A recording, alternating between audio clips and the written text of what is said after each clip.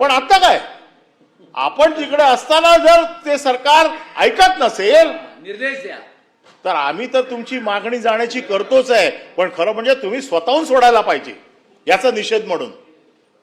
ही खुर्ची सोडायला पाहिजे की जी खुर्ची माझ्या कामाच्या मध्ये व्यत्यय आणते, ज्या खुर्चीच्या मुळे तुम्हाला अडचण झाली आहे हे काम करायला, जो तुमचा पिंड आहे. आणि एवढा कर्तृत्ववान महिलेच्या पिंडाच्या जर आड ती खुर्ची येणार असेल तर मला कशाला कायद्याची पुस्तकं काढायला लावताय?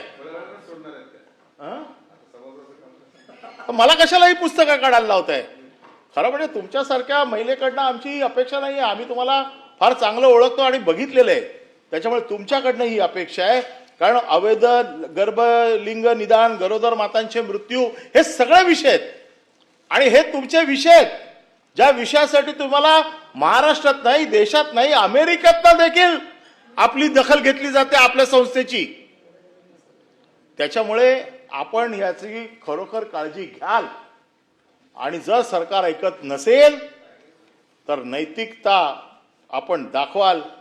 कायदेशीर काय नैतिकता असेल ती तर ठीक आहे, पण आपल्याकडे हा प्रश्न येतो आणि आपण त्याच्यामध्ये गंभीरपणे दखल घ्याल असा मला विश्वास वाटतो. तिसरा मुद्दा गृहच्या बाबतीमध्ये हा जो झालेला आहे तो डिजिटल फ्रॉड आणि डिजिटल अरेस्ट. आजकाल डिजिटल फ्रॉड तर सहज होत आहेत आणि कोणाला जर जमत नसेल तर सन्माननीय सदस्य निरंजन डावकरे यांची कार्यशाळा आहे. मास्टर आहे, मास्टर डिजिटल फ्रॉड. हा, मास्टर आहे, मास्टर. जर काय चुकत असेल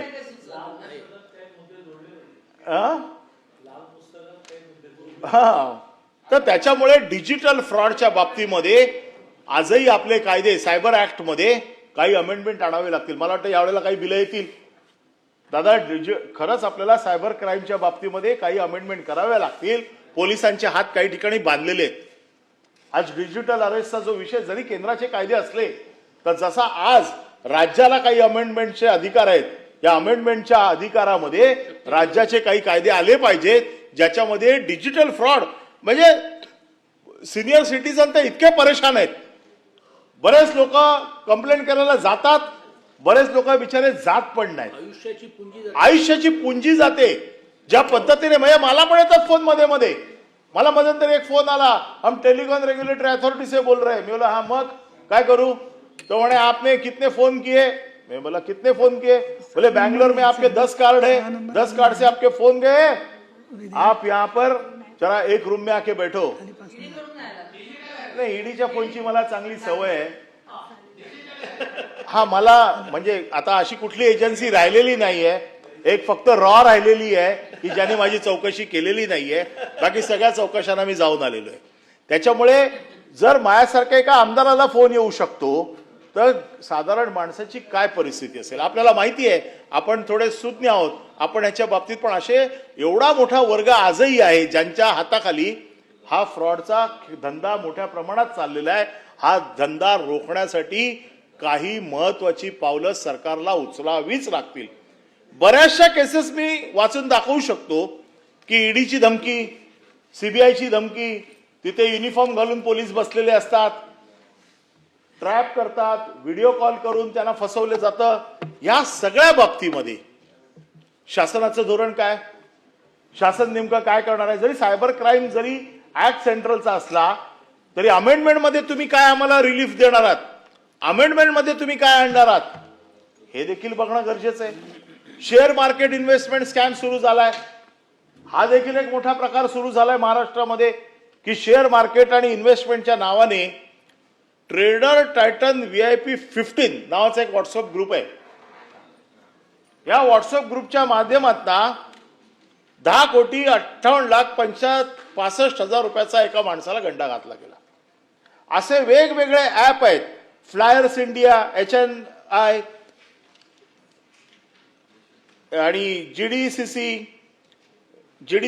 2 हे सगळे हजारो कोटीचे फ्रॉड करणारे हे ऍप आहेत की ज्याच्या माध्यमातून स्कॅम, इन्व्हेस्टमेंट हे सगळं केलं जातंय. आता ह्याच्या बाबतीत सरकारचं धोरण काय? फक्त गल्लीतले चोर, साखळी चोर, पिक पॉकेटर ह्यांना पकडणं एवढ्यावरती पूर्ण नाहीये. हे जे मोठे मासे आहेत, ह्या मोठ्या माश्यांना पकडणं फार गरजेचं आहे.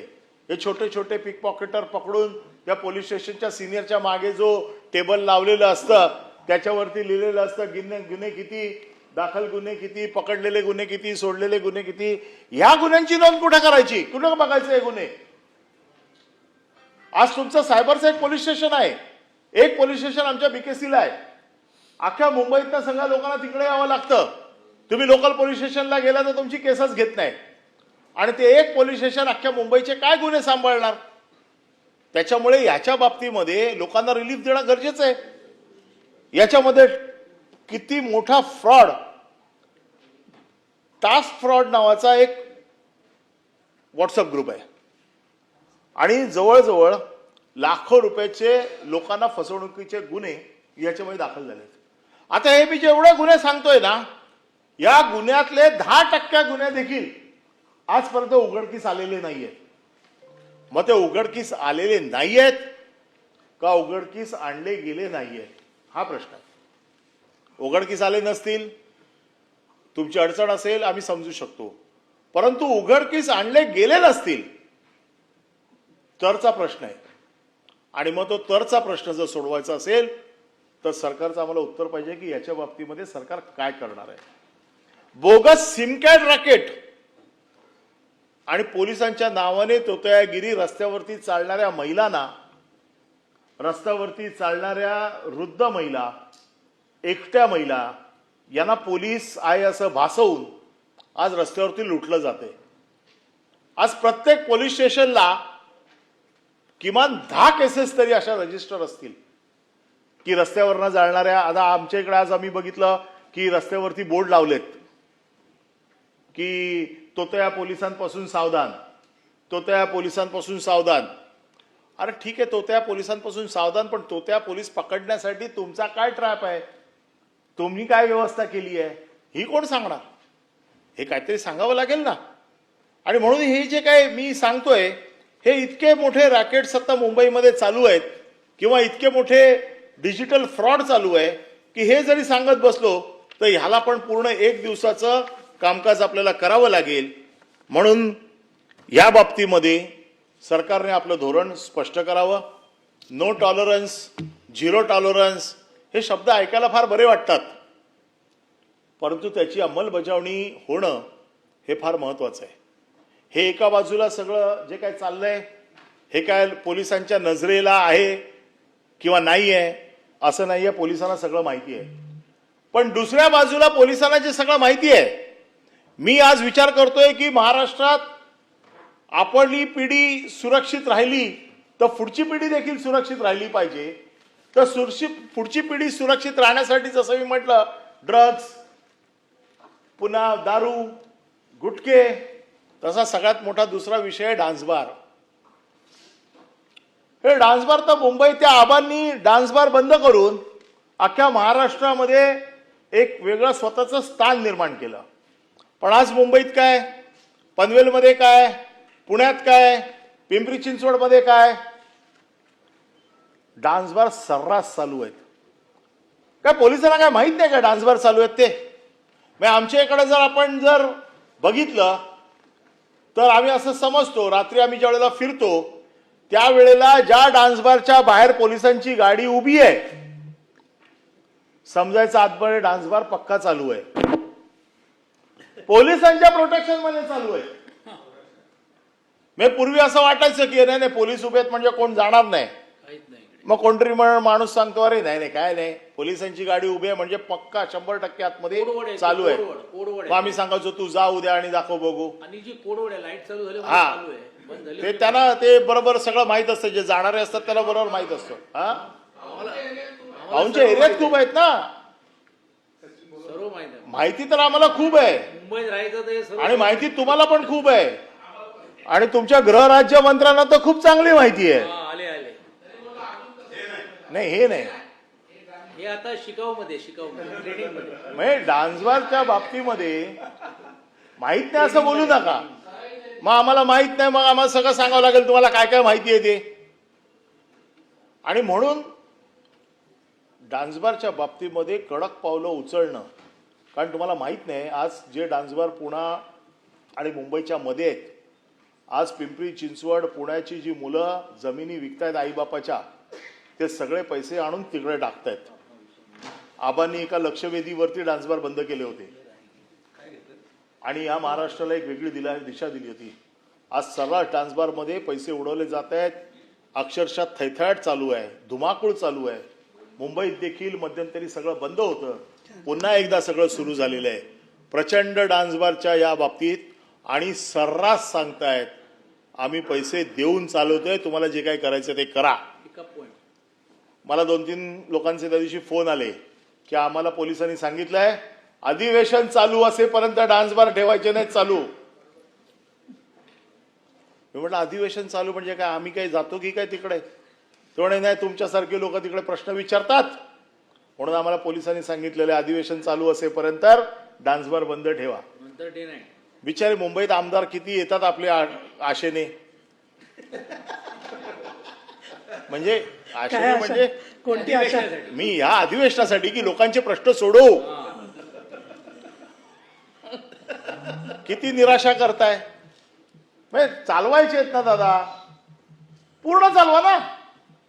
सरकारचा वरदहस्त पूर्ण द्या त्यांना, असा अर्धवट देऊ नका की बाबा डान्सवर आता विधानसभेचं अधिवेशन चालू आहे, बिचाऱ्यांचं 1 महिन्याचं नुकसान झालं, त्यांचं नुकसान झालं, पोलिसांचं झालं आणि कदाचित अजून त्यांचे पैसे वर येणार असतील, त्यांचं झालं. आता तो सांगतात आम्हाला नावं.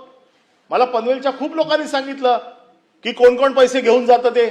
बिल आपल्या नावाने, अजून मी ती काढली नाही आहेत नावं बाहेर, बिल आपल्या नावाने पडतं. पण आम्हाला सगळं माहिती आहे कुठल्या डान्सबार बंदा किती पैसे जातात, ते कोणाला किती जातात, कोणाला किती जातात, वर किती जातात. आपल्याकडे माहिती हवी आहे तर मला विसल ब्लोअर म्हणून ठेवा. माझ्यासारखा चांगला विसल ब्लोअर तुम्हाला कोण मिळणार नाही. वेशभूषा बदलून येत असेल तर सांगा. आणि तुम्हाला यायचं असेल तर चला संध्याकाळी. आमचे नवलकर साहेब जसे आबांना सांगायचे, घेऊन जायचे, ते दाखवायचे.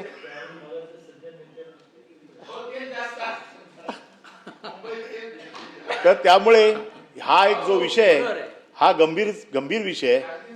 याच्या बाबतीमध्ये सभापती महोदय, मला एक माझा हक्क म्हणून, एक विधान परिषदेचा आमदार म्हणून गेले कित्येक वर्ष आमदार म्हणून मी काम करतोय, मला एक गोष्टीची माहिती हवी आहे की मला राईट ऑफ इन्फॉर्मेशन मध्ये माहिती मागण्याचा अधिकार आहे की नाही. मी आमदार म्हणून राईट ऑफ इन्फॉर्मेशन मध्ये सोडा, मी या महाराष्ट्र राज्याचा एक ट्रस्टी आहे, मला अधिकार आहे प्रत्येक खात्यामध्ये माहिती मागण्याचा. मी मध्यंतरी गृह राज्य खात्याची काही माहिती मागितली.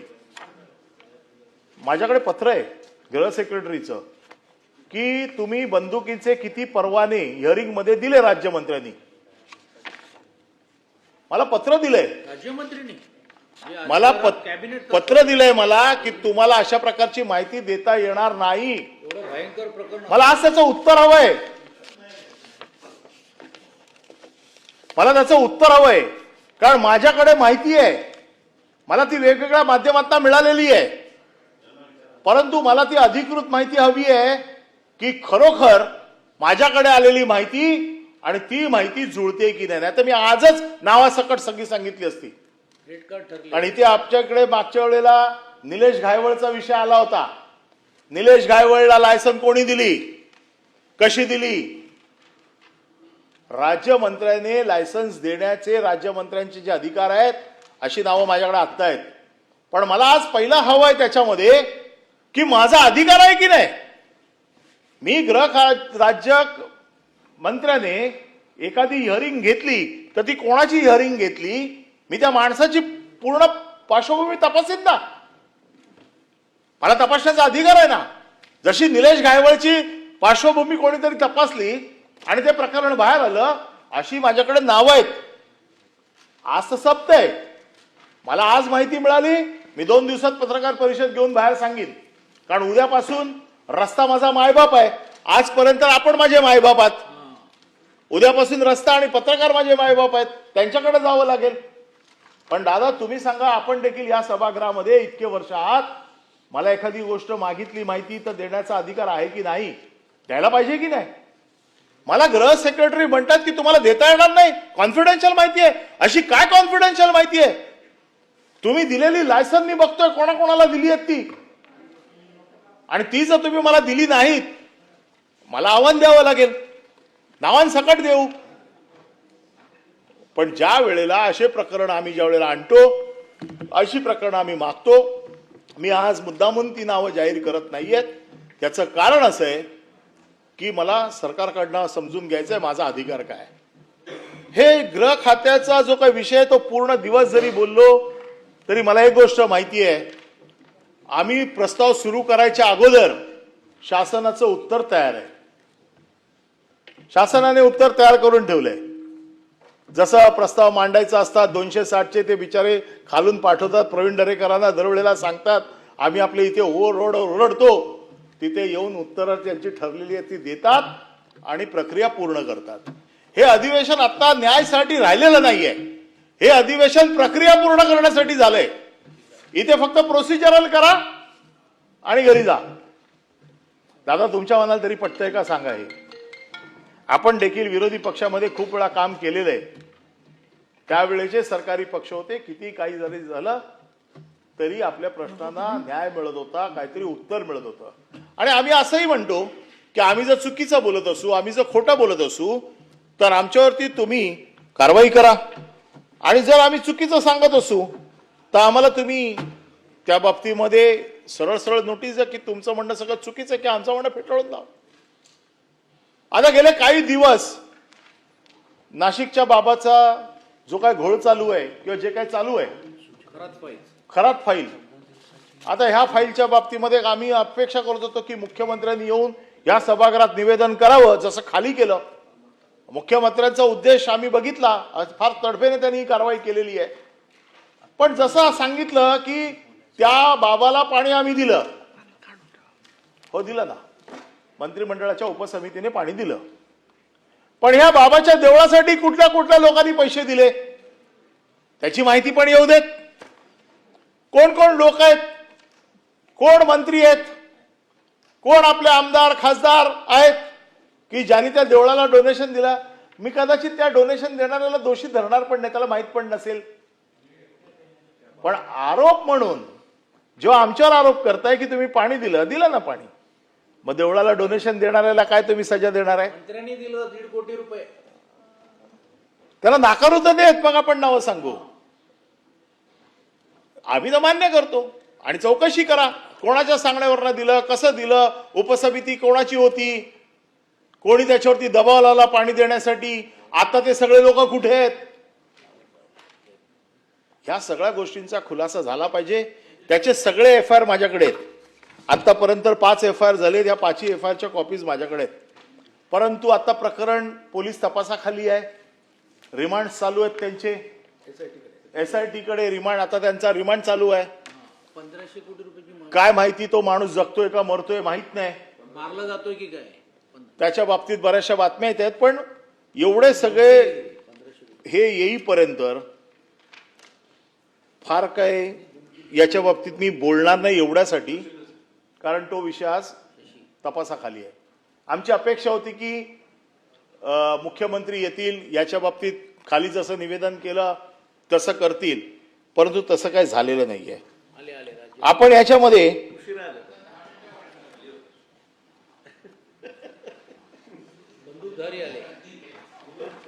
बंदूकधारी आले, गिरधारी तसं बंदूकधारी.